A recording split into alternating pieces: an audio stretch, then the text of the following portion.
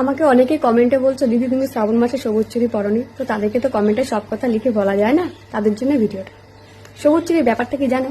স্বামীর মঙ্গলের জন্য সবুজ চুড়ি। এটা কোথা থেকে এসছে?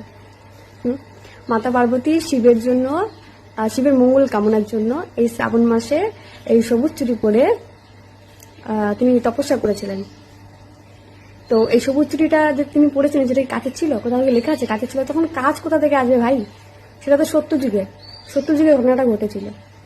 সত্যযুগে ছিল সোনা রূপা, তখন টিন ভাঙাও ছিল না, লোহা ভাঙাও না, প্লাস্টিক ভাঙাও না। তো কাঁচ তো দূরের কথা, কাঁচ কখন এসছে, কোন যুগে এসছে? মিশর থেকে এসছে কাঁচের উৎপত্তি মিশর থেকে।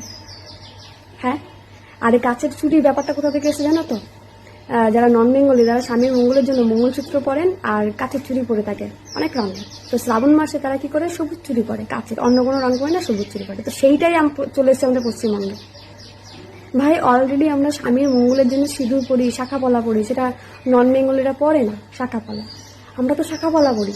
শিবের প্রিয় রং হলো সাদা, তিনি সাদা রঙের জিনিস খেতে পছন্দ করেন, তিনি সাদা রং পছন্দ করেন।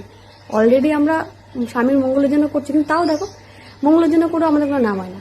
আমাদের নিঃশ্বাসে নাকি বিষ থাকে, এই জন্য নাকে করতে হয়, এত কিছু করেও তো করুন। আবার এক্সট্রা ভাবে সবুজ চুড়ি কি, মানে আমার মনে হচ্ছে সবুজ চুড়িটা কিছু না, তো একটা ফ্যাশন হয়ে গেছে। যেমন মেয়েরা যেমন ফটোশুটের জন্য শাখা পলা পরছে আর